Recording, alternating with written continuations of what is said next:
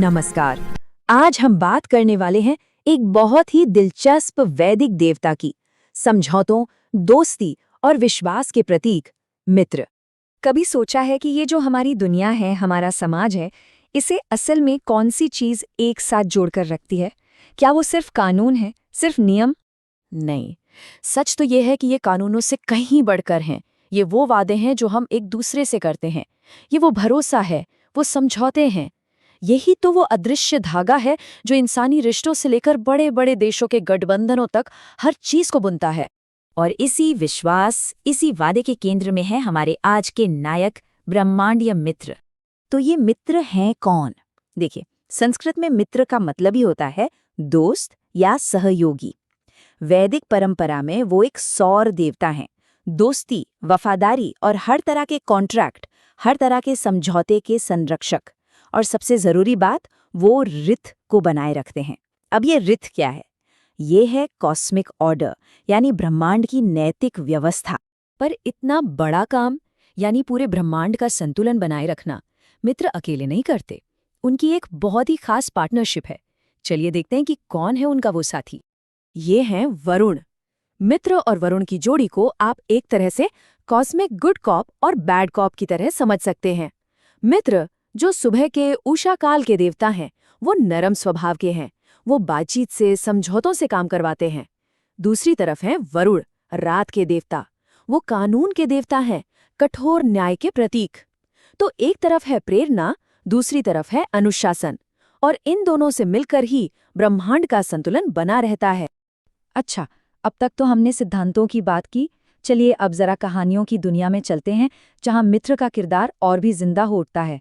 क्योंकि पौराणिक कथाएं बताती हैं कि वो सिर्फ एक आइडिया नहीं थे, बल्कि एक बहुत ही एक्टिव देवता थे। पुराणों में मित्र की भूमिका एक डिवाइन डिप्लोमैट की है, एक मध्यस्थ की। वो दिव्य सभाओं में बीच बचाव करते थे। यहाँ तक कि समुद्र मंथन जैसे बड़े टकराव के वक्त भी उन्होंने ही देवताओं और असुरों में सुलह करवाई थी। शादी की कस्में हों या फिर व्यापार के समझौते, सब पर उनका आशीर्वाद रहता था। एक कहानी तो ये भी बताती है कि कैसे उन्होंने सही गठबंधन बनवाकर एक बेघर राजकुमार को उसका राज्य वापस दिलाया। इन्हीं सब कामों की वजह से उन्हें करुणा के स्वामी और मित्रता के रक्षक जैसे नाम मिले।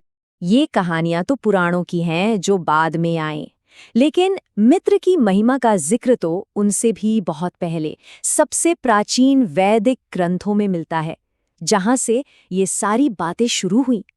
और जरा इस नंबर पर गौर कीजिए। 40 से भी ज्यादा ऋग्वेद में, जो हमारा सबसे पुराना ग्रंथ है, 40 से ज्यादा सूक्तों में मित्र का नाम आता है। ये दिखाता है कि वैदिक काल में वो कितने ज्यादा महत्वपूर्ण थे। ऋग्वेद का ये एक श्लोक देखिए। मित्र मनुष्यों को उन आंखों से देखते हैं जो कभी बंद नहीं होती। क्या बात है! सोचिए उस जमाने में इसका क्या मतलब रहा होगा, जब ज्यादातर समझौते और वादे सिर्फ जुबानी होते थे। ये एक भरोसा था कि कोई है जो सब देख रहा है। मित्र हर वचन के, हर रिश्ते के गवाह हैं। उनसे कुछ छुपा नहीं है।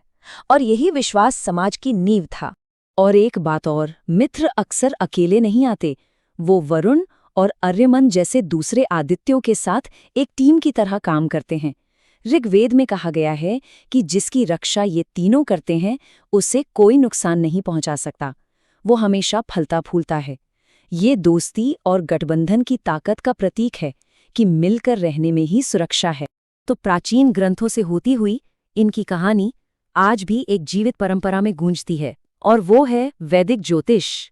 जी हाँ, आकाश में एक खास जगह है जहां मित्र का प्रभाव आज भी महसूस किया जाता है।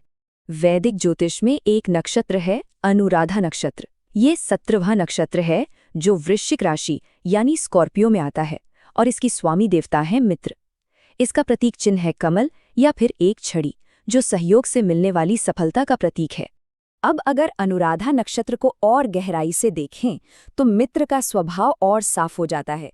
इसका स्वामी ग्रह है शनि, जो अनुशासन और कर्म के बंधन को दिखाता है।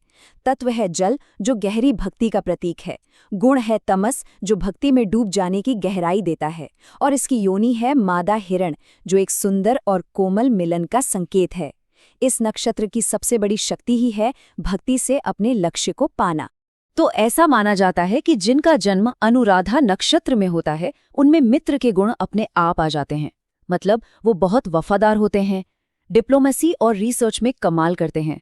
उनमें एक नेचुरल लीडरशिप होती है जो करुणा से भरी होती है। ये लोग भरोसेमंद रिश्ते बनाकर ही जीवन में सफल होते हैं।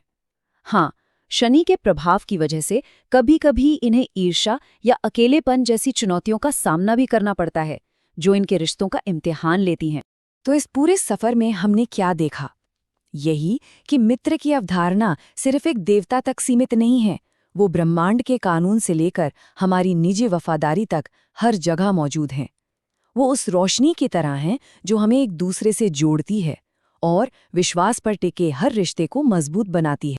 और अब अंत में एक सवाल।